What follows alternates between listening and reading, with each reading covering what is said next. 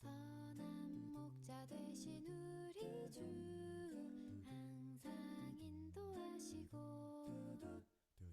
방초 동산 좋은 곳에서 우리 먹여주소서.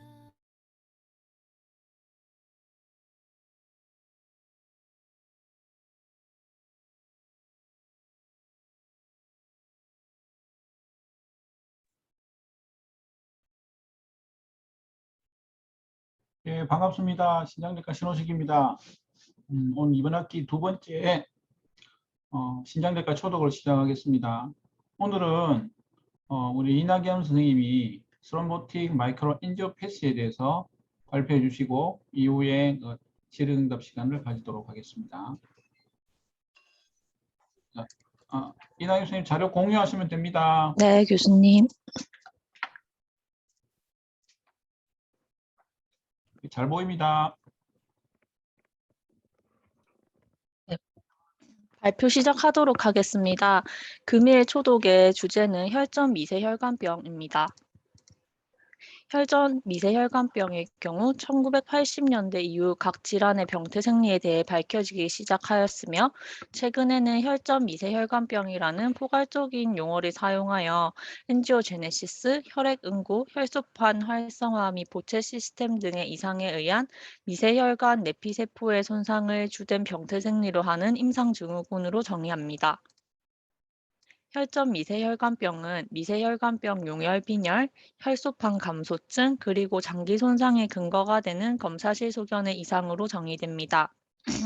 미세혈관병 용혈 빈혈은 혈색소가 정상 이하로 감소하면서 분절된 적혈구, 망상적혈구 수의 증가, 혈청 LDH의 정상 범위 이상 상승된 검사실 소견으로 정의됩니다.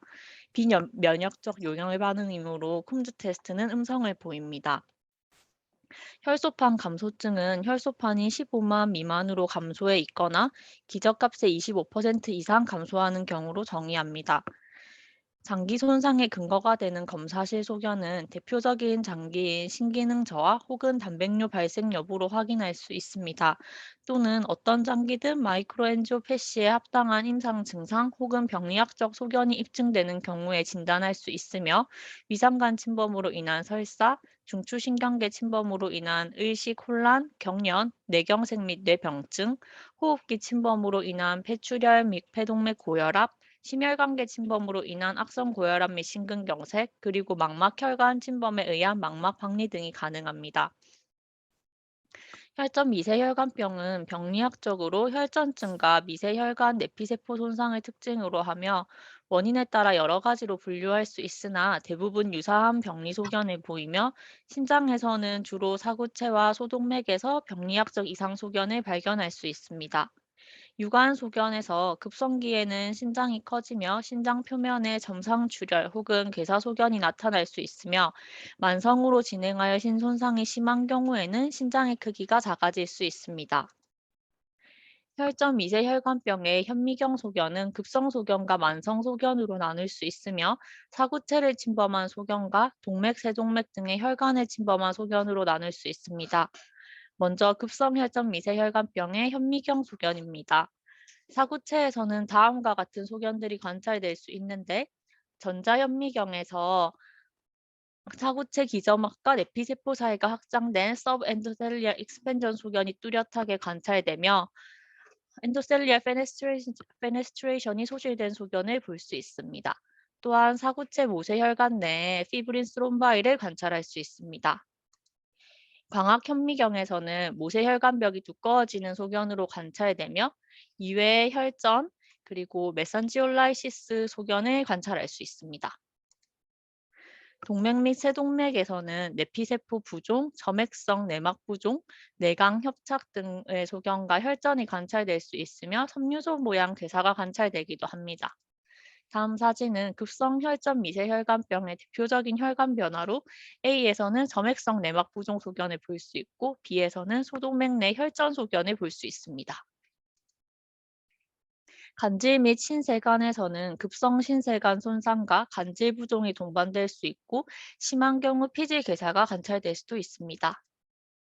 다음으로 만성혈전 미세혈관병의 현미경 소견입니다. 사구체에서는 광학 현미경에서 특징적으로 사구체 기점막이 두 줄로 관찰되며 전자현미경에서는 메산지움 세포가 사구체 기점막과 사구체 내피세포 사이로 끼어 들어가는 현상과 함께 관찰됩니다. 또한 사구체 손상에 의해 다양한 정도의 사구체 분절 또는 완전 경화가 관찰될 수 있으며 동맥 및 세동맥의 내감 협착에 의해 사구체의 혈액성 변화를 유발하여 사구체 기점막에 주름이 관찰될 수도 있습니다. 동맥 및 세동맥에서는 내막 섬유화와 이로 인한 내감 협착 등이 발생할 수 있고 특히 내막 섬유화가 동심원 모양으로 층을 지어 나타날 수 있어 양파 껍질 모양의 변화가 관찰되기도 합니다. 혈전 미세혈관병은 손상 기전 및 원인에 따라 다음과 같이 구분할 수 있으며 다양한 형태에 따라 예후 및 치료 방법이 다르므로 이에 대한 감별 진단이 매우 중요합니다. 1차성으로 발생하는 혈전 미세혈관병의 경우 임상적으로 혈전 혈소판 감소 자반병과 용혈 요독 증후군을 포함하며 전자는 주로 뇌를 침범하고 후자는 주로 신장을 침범합니다. 또한 용혈 요독 증후군은 시갈락톡신에 의한 정형 용혈 요독 증후군과 그 외 다양한 원인에 의한 비정형 용혈 요독 증후군으로 나누어집니다. 뒤에서 각 질환에 대해 자세히 살펴보겠습니다. 먼저 혈전성 혈소판 감소 자반증은 연간 인구 100만 명당 2명에서 4명이 발생하며 20, 30대에서 흔하고 여자에서 호발합니다. 전형적인 5개 징후는 혈소판 감소증, 미세혈관성 용혈빈혈, 발열, 신경기능 장애, 신기능 장애입니다. 신경 증상은 환자의 90%에서 나타나는데 두통, 뇌신경마비, 의식저하 발작 등의 증상이 관찰되며 과반수의 환자에서 신경계 합병증이 남을 수 있습니다. 급성 신손상의 경우 동반될 수 있으나 흔하지 않아 보고에 따라 25%까지로 여겨집니다. 아담스13 활성도가 10% 미만으로 감소한 경우 진단이 가능하며 검사가 가능하지 않은 경우 임상적 접근이 필요할 수 있습니다. 플라스믹 클리니컬 스코어는 임상 양상을 근거로 개발된 것으로 TTP의 감별 진단에 도움이 될 수 있으며 혈소판수, 용혈, 악성 종양 유무, 고형 장기 또는 골수 이식, MCV, INR 및 혈청 크레아티닌을 포함하고 있습니다. 이는 단백분의 작용을 하는 아담스13의 기능적 결핍이 중요한 원인이며 이로 인해 거대 다중결합체 본 빌레브란드 팩터의 축적이 혈소판과 강한 반응을 보여 과다 응집을 일으키게 됩니다. 혈소판 감소 자반증은 크게 아담스13에 대한 자가항체를 가지고 있는 후천적 혈소판 감소 자반증과 유전적 돌연 변이에 의해 발생하는 선천적 혈소판 감소 자반증으로 구분할 수 있습니다. 후천적 혈소판 감소 자반증은 아담스13에 대한 자가 항체가 결합하는 면역 매개에 의해 발생하며 혈소판 감소 자반증 환자의 60에서 90%를 차지합니다. 선천적 혈소판 감소 자반증에 비해 심한 임상 양상과 높은 사망률을 보이며 신경학적 증상이 특징적입니다. 뇌 미세 순환에서 지속적인 혈전 형성으로 인해 순간적 증상이 나타나거나 병동하는 임상 양상을 보일 수 있고 심한 경우 발작, 혼수 등의 합병증을 보입니다. 50%의 환자에서 재발하는데 완화 시기에도 아담스13 활성도가 없거나 자가항체가 지속적으로 있는 경우에 재발 위험이 증가합니다. 급성기의 가장 중요한 치료는 혈장 치료입니다. 혈장 주입보다는 혈장 교환이 아담스13 자가항체를 빨리 제거함으로 더 이로울 수 있습니다.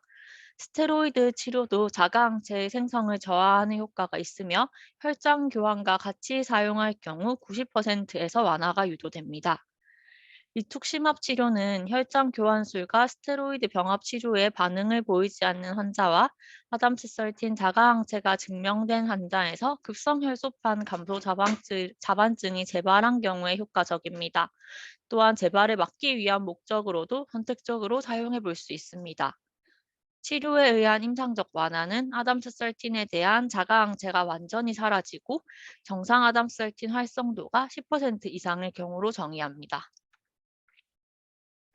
선천적 혈소판 감소 자반증은 혈소판 감소 자반증의 약 5%를 차지하고 80개 이상의 아담스 13 유전자 돌연변이가 알려져 있습니다. 60% 이상의 환자에서 신생아와 영아기의 첫 번째 에피소드가 발생하며 10에서 20% 환자에서만 20대 이후에 발병하며 재발이 흔합니다. 환경적인 인자가 병의 활성에 관여하는 데 대표적인 것이 이콜라이 5157H7 감염과 임신입니다. 혈장 치료를 시도해 볼 수 있으며 실제적으로 아담스 13 활성도를 5%만 제공하여도 미세혈관병의 완화를 유도할 수 있으나 지속적인 완화 유도를 달성하기 어렵기 때문에 장기적인 예우는 불량한 편입니다.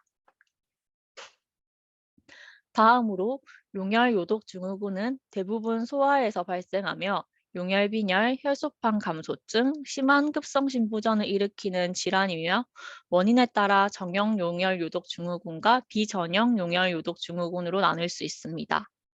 대부분의 용혈 요독 증후군은 전형적인 범주에 속하며 장염이나 설사가 동반되지 않는 다른 모든 유형을 묶어 비전형 용혈 요독 증후군이라 부릅니다.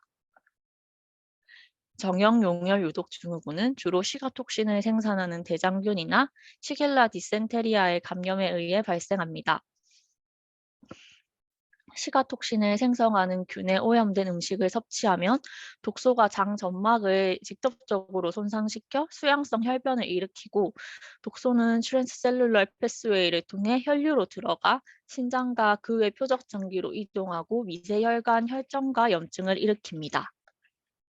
균 노출에서 증상 발생까지의 평균 기간은 3일 정도이며 증상은 복통과 설사로 시작하여 1일 이내 70%의 환자에서 혈성 설사로 바뀝니다. 정형 용혈 요독 증후군은 설사에 이어 급성 신손상이 발생하는 것을 특징으로 하며 설사 발생 후 6일경에 진단됩니다. 환자의 약 25%에서 뇌졸중, 발작, 혼수와 같은 신경 증상이 발생합니다. 전형적인 치료는 빈혈, 신부전, 고혈압, 전해질 및 수분 불균형에 대한 보존적인 치료를 시행하는 것입니다. 질환이 의심되면 초기에 충분한 수액 공급이 필요하며 약 70%는 수혈이 필요하고 50%에서 투석 치료가 시행됩니다. 항생제 사용은 세균의 손상이 발생하여 더 많은 독소가 유리될 수 있으므로 가능한 피해야 하나 저개발 국가에서 출혈성 장염을 일으키는 시겔라 디센테리아 타입 1의 경우에는 조기에 경험적 항생제가 도움이 될 수 있습니다. 또한 헤파린과 혈전 용해제는 출혈 위험을 증가시키므로 피해야 합니다. 혈장 치료는 이콜라이 5157H7에 의한 용혈 요독 증후군에서 사망률을 낮추는 것으로 알려져 있으나 아직은 보다 많은 연구가 필요하며 심한 신부전이나 중추신경계 침범을 보이는 성인 환자에서 고려해 볼 수 있습니다. 신장이식은 말기 신부전으로 진행한 소아 환자에서 효과적이며 재발률은 0에서 10% 정도이고 이식 시인 생존율은 다른 질환의 환자들과 비교하여 우수한 편입니다. 영유아 환자의 경우 집중 치료를 시행하더라도 3에서 5%에서 급성 기간에 사망이 발생합니다. 급성 병변 시의 중증도, 즉 신경 증상 발생, 투석 치료, 초기 6에서 8개월간의 미세알부민료는 불량한 장기예후와 연관이 있습니다. 비정형 용혈 요독 증후군은 어느 연령에서도 발생할 수 있으나 약 67%는 소아에서 발병합니다. 상염색체 열성 또는 우성으로 유전되며 가족성과 산발성이 있습니다. 1974년 이후 비정형 용혈 요독 증후군 환자 일부에서 혈정 C3가 감소되어 있고 C4는 정상 수치인 것이 알려졌습니다. C3의 자발적 분할로 대체 부체 경로는 쉽게 활성화될 수 있는데 자발적인 활성화가 과도하게 지속되면 건강한 자기세포를 파괴할 수 있기 때문에 대체 부체 경로 활성 억제자가 혈중 또는 혈관 내피세포에 부착된 형태로 존재합니다. 이러한 대체 부체 경로 활성 억제자 관련 유전자 변이로 인해 적절히 억제되지 못하고 과활성화되면 혈전 미세혈관병이 유발되게 됩니다. 급성기에는 심한 용혈빈혈, 혈소판 감소증, 급성 신부전이 발생하며 신경학적 증상과 발열이 30% 환자에서 발생합니다. 이외에도 폐, 심장, 그리고 소화기 증상 또한 나타날 수 있습니다. 정형 용혈 요독 증후군에 비해 예후가 불량하고 약 50%는 말기 신부전으로 진행하고 25%는 급성기에 사망합니다. 예후는 보체계 이상의 종류에 따라 결정되며 일반적으로 CFH, CF1, CFB, C3 유전자 돌연변이의 경우 나쁜 임상 경과를 밝습니다. 권장되는 치료는 과활성화된 대체 보체 경로를 안정화시키는 것으로 현재 에클리주맙이 1차 치료로 권고됩니다. 에클리주맙은 C5를 경쟁적으로 억제하여 활성화된 대체 보체 경로에 의한 세포 손상을 효과적으로 차단합니다. 과거에는 부족한 보체 조절 인자를 보충해주기 위해 혈장 치료가 첫 번째 치료였으나 혈장 치료는 효과가 일시적일 수 있으며 장기적으로 혈장 저항이 발생하여 치료가 실패하는 경우가 많았습니다. 또 다른 치료로 보체 조절자를 생성하는 장기인 간이식이 치료 옵션으로 고려되었으나 기증자 부족, 수술 관련 합병증 발생 위험 등을 고려할 때 이는 사실 임상 적용에 큰 어려움이 있습니다. 말기 신부전이 발생한 경우에 신장 이식이 고려될 수는 있으나 CFH, CF1, CFB, C3 유전자 돌연변이에 의한 경우는 이식 후 재발이 약 50%로 보고되었고 80에서 90%에서 이식 신소실이 발생하였습니다. 이외 MCP 유전자 돌연변이의 경우에는 신장 이식의 예후가 양호하며 약 80% 이상에서 재발하지 않으므로 이 경우에는 생체 기증 신장 이식도 고려해 볼 수는 있습니다. 네, 이상입니다. 감사합니다. 네, 이다희 선생님 잘 정리해 주셔서 감사드립니다. TTP에 대해서 종류별로 해서 잘 정리해 주셨습니다. 질문 있으시면 부탁드립니다.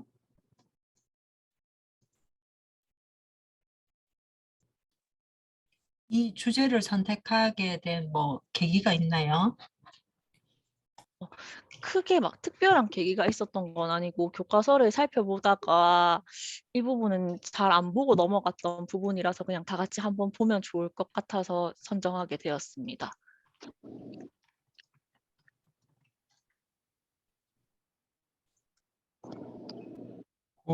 지금 제가 환자 이름은 기억 안 나는데 지금 이호석 교수님 담당 환자 중에 그 atypical HUS 좀 의심되는 환자가 있다 해서 협진 계속 받고 있고 아마 그 아담스 13하고 지금 검사가 들어간 걸로 알고 있고요. 근데 아마 기준상에 몇 가지가 맞지 않아서 에큐리즈마까지 사용하게 될지는 잘 모르겠습니다.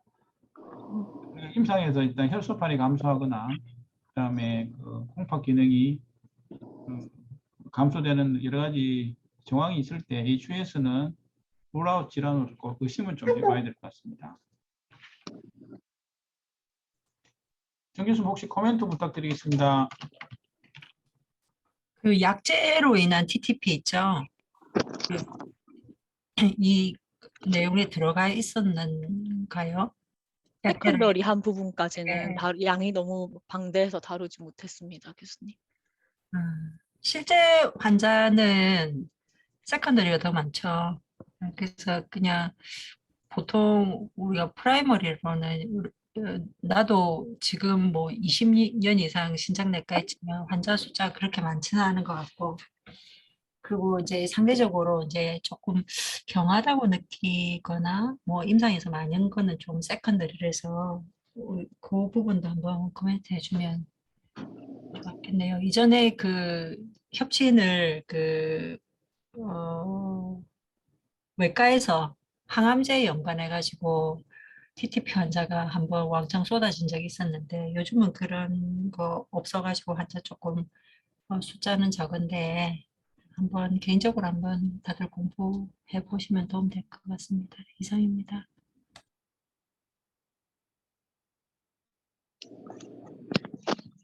혹시 뭐 질문 있으신가요?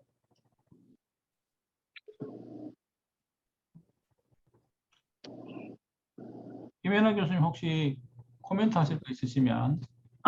아닙니다. 저는 실제 임상에서 아직 겪어보지는 않았고 항상 이 보면서 내가 과연 이 환자 이렇게 의심되는 환자를 만났을 때 내가 과연 조직 검사를 과감하게 할 수 있을까 이게 아직 고민이 되기는 합니다. 교수님은 어떠신지?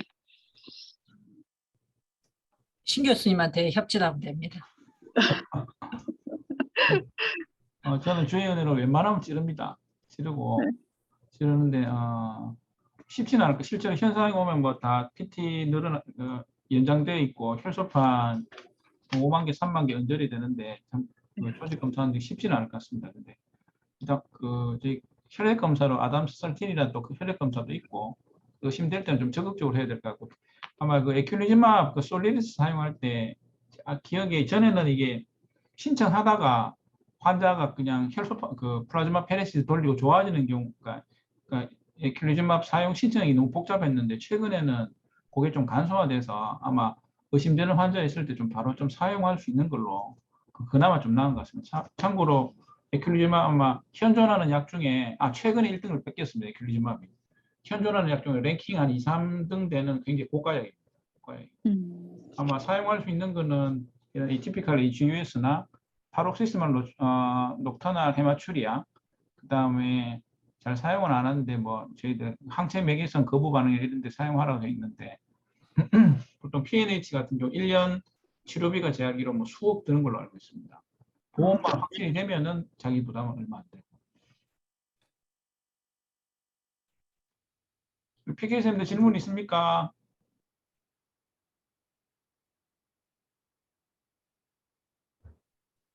조용하시네요. 아니요, 없습니다. 없습니까? 알겠습니다. 그러면 제가 광고 잠깐 하고 이다 교수님 보자.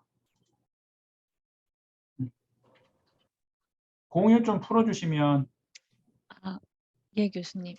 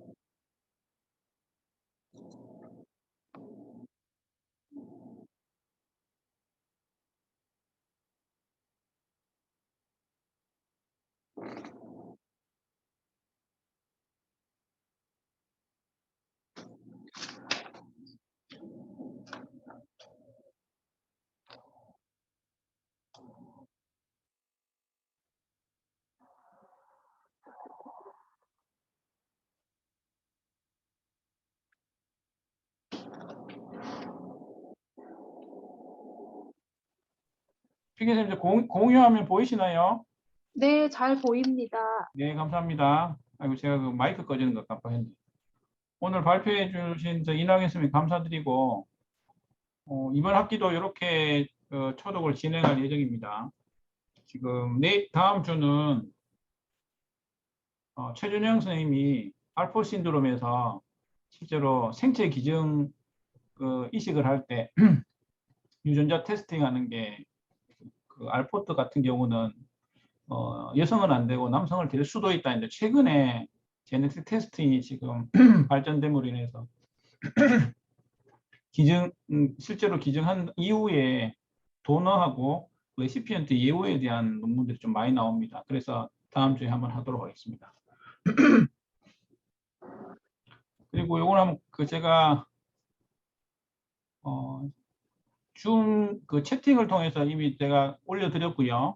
이쪽에 사이트에 무료 등록할 수 있고 트랜스플란트 온콜로지 업데이트돼서 10월 1일 날 우리나라 시간으로 환산해 보니까 한 밤 10시 정도 돼서 그리 늦지 않은 것 같습니다. 그리고 다행히 금요일에서 아마 토요일 넘어가는 그 시간 같은데 좋은 시간 같고 트랜스플란트 온콜로지에서 아마 3시간 정도 좋은 시간 될 것 같습니다. 참고로 요번에 요 세미나를 주재한 분이 제가 연수했을 때 같이 있었던 선생님인데 최근에 이제 조교수로 승진했고 해리슨 교과서의 트랜스플란테이션지의 저자가 거의 계속 안 바뀌었습니다. 안 바뀌다가 요번에 21판에 보시면 나오카 무라카미라고 이분이거든요.